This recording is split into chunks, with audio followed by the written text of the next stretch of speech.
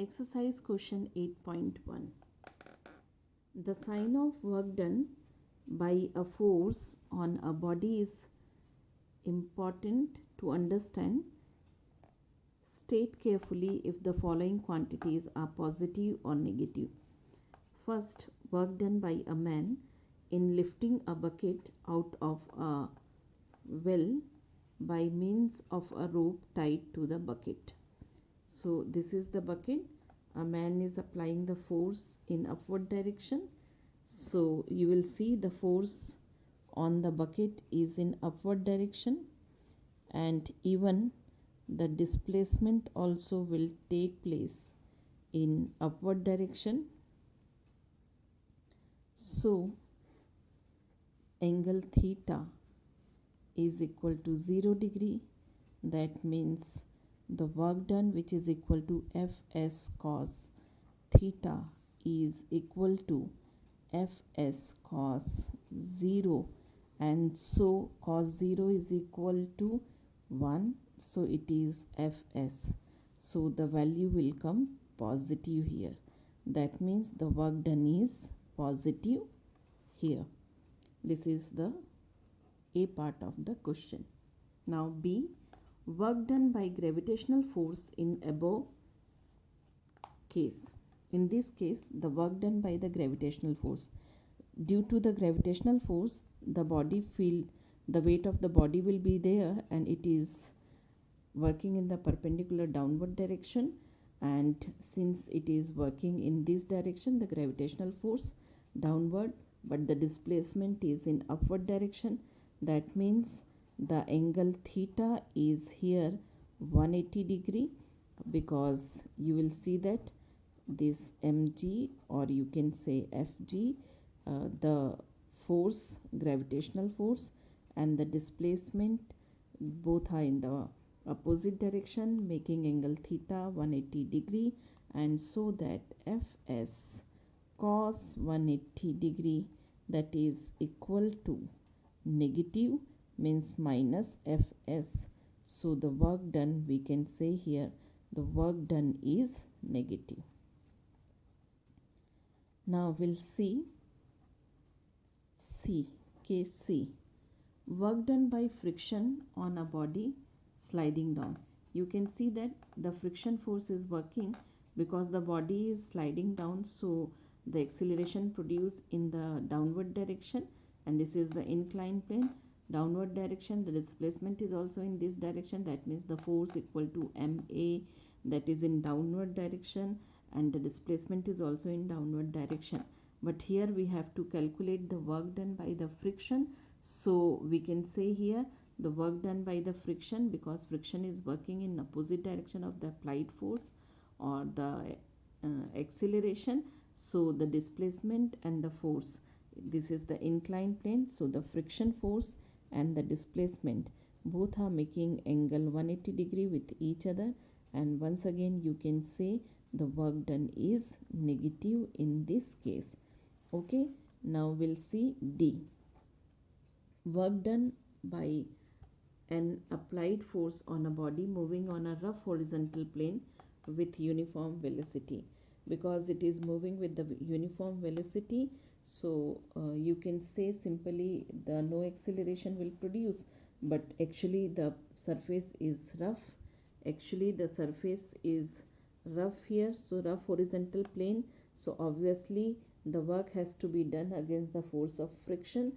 The force has to be applied against the force of friction, and so you will say whatever direction the displacement is there, that means if the displacement is in this direction, so the force also is applied in this direction also against the friction force, against the static force, static friction you can say, or the limiting friction you can say. Okay, so simply what we'll say, that the work done will be positive in this case. So work done is positive here in the fourth case, that is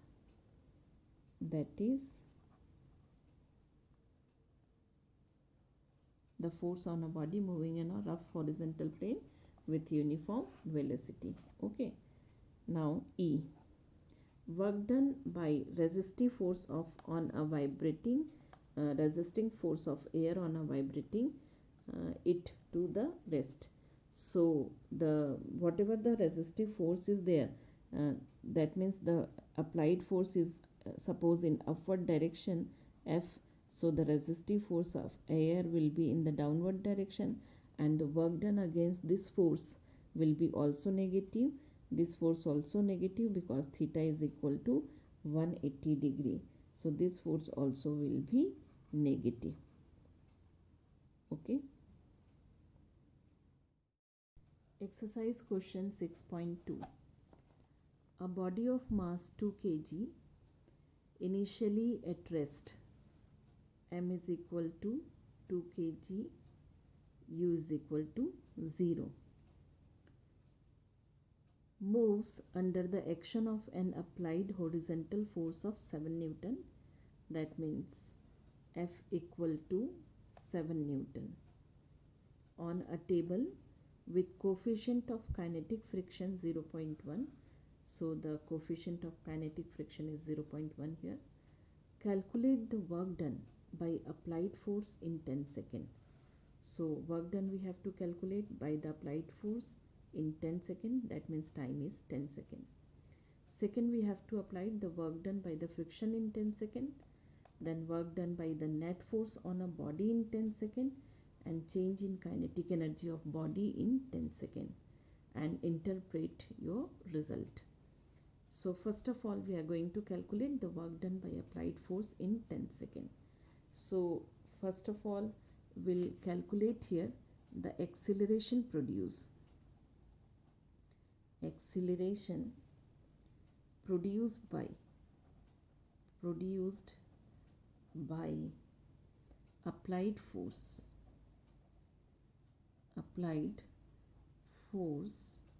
that is A1 we are writing here, and it is equal to F upon m, and F is 7 Newton. Mass is given here, that is 2 kg, so it is equal to 3.5. This is equal to 3.5 meter per second square.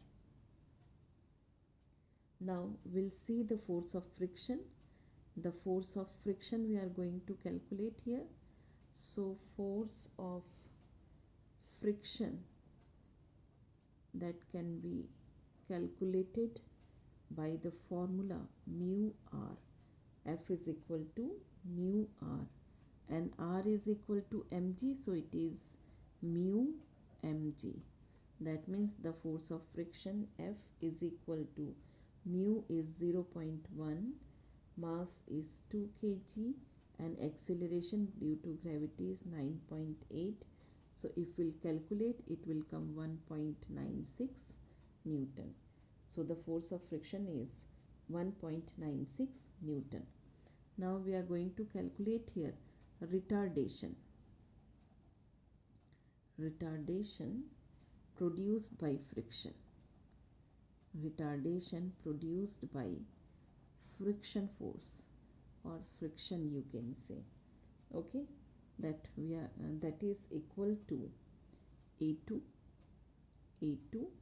and it is minus F upon m, that is equal to minus 1.96, because force of friction is against the applied force, so we are writing here the minus sign, and the minus 1.96 upon 2, that is equal to minus 0.98 meter per second square. Now we'll see net acceleration produced. Net acceleration with which body moves. So the acceleration produced by applied force plus the acceleration produced by the friction force. Acceleration produced by the applied force is 3.5, and acceleration which is actually retardation produced by the friction forces that is equal to minus 0.98. So this is 2.52 meter per second square. Okay, now the distance moved. This is the net acceleration. Now we are calculating the distance moved by the body in 10 seconds. So we'll just apply the second equation of motion, that is S equal to ut plus half at square, and S is equal to, initial velocity is 0 here, so the first term will become 0, half, and the acceleration which is the net acceleration, that is 2.52 multiplied with the half multiplied with the t 10 second given here, so we'll write 10 square. So when we calculate it, it will come 2 and 10 into 10 it is, so 10 into 10, 110 will be cancelled, that will come 5. 5 into 10 is 50, and 50 multiplied by 2.52, so it will come 126 meter.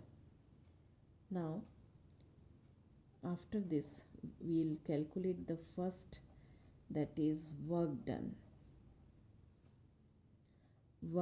by the applied force. Work done by the applied force is F into S. F is 7 and 126 it is, so it is 882 joule. Okay, so work done is 882 joule or 882 joule it is. Now B we are going to calculate, that is work done by the force of friction,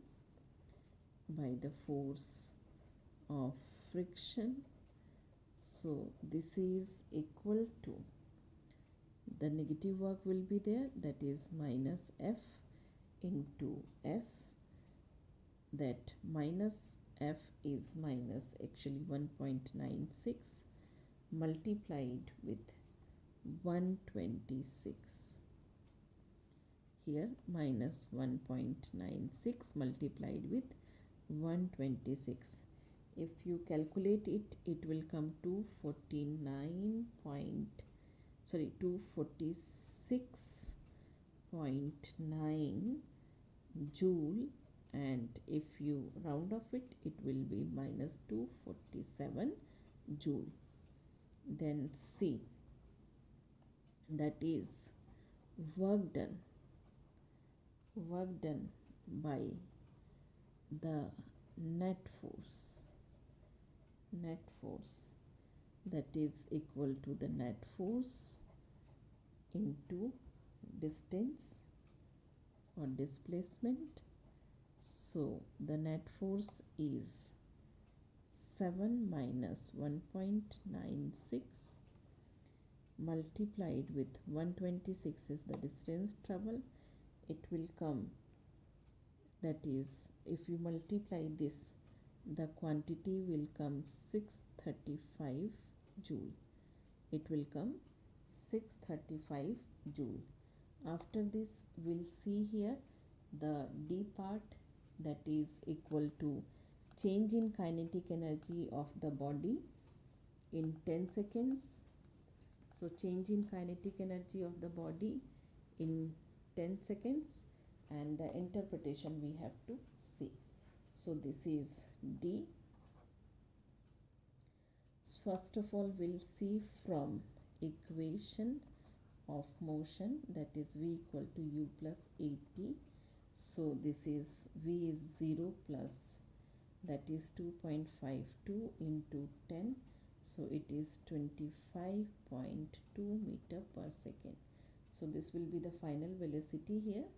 and the initial velocity is 0. So we are going to calculate now the kinetic energy actually.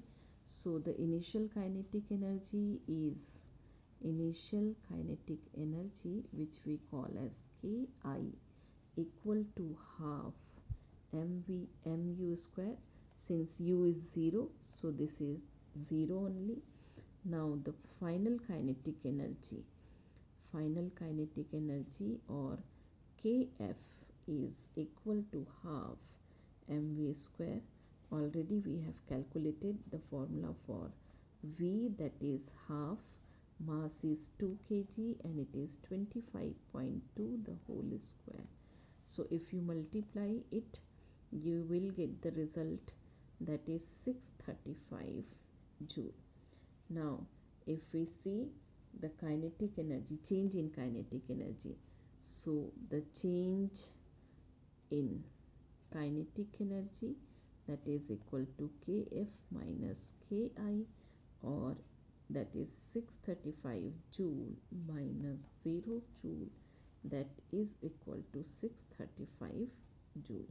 So this shows that the change in kinetic energy of the body is equal to the work done by the net force on the body. Then you can say simply it is the work energy theorem. Question number 6.9. This is exercise question from NCERT.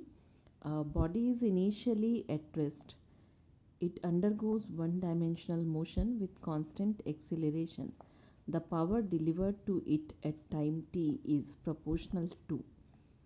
4 options are here. We have to find out which option is correct. So it is given initial velocity is u is equal to 0. And we'll calculate the final velocity. So that is v is equal to u plus at. That means the v, which is u is 0 here, so v is equal to at. Okay, now we know from the formula of power, that is in terms of force, so the power is equal to force. It is a dot product of force and velocity, and if the force and velocity will be in the same direction, it is force multiplied by velocity here. So the force is mass into acceleration. So in place of force we'll write mass into acceleration, and this is velocity v. So mass into acceleration, and the formula for the velocity from here we will calculated already, that is 80. We'll just put this formula, it is 80. So the formula will come, that is ma square t.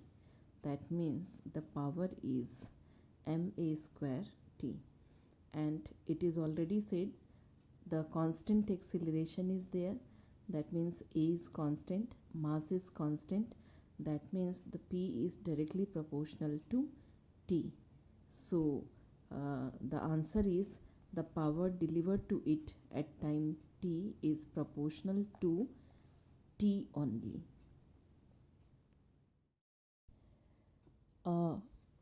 Exercise question 6.10. A body is moving unidirectionally under the influence of a source of constant power. Its displacement in time t is proportional to. The 4 options are given here. We have to find out which option is correct. So the solution of this question is, first of all, the power, that is equal to force into velocity, and if you check the dimension formula of force, it is mlt minus 2 multiplied by velocity, that is lt minus 1. So the power is m L to the power 2 t to the power minus 3. This is the dimension formula of power. Now it is given, this is constant, the power is constant. It is given here, a body is moving unidirectionally under the influence of source of constant power. So this is constant. So if it is constant, that m L square t minus 3, this value must be constant. And we know that the mass is already constant.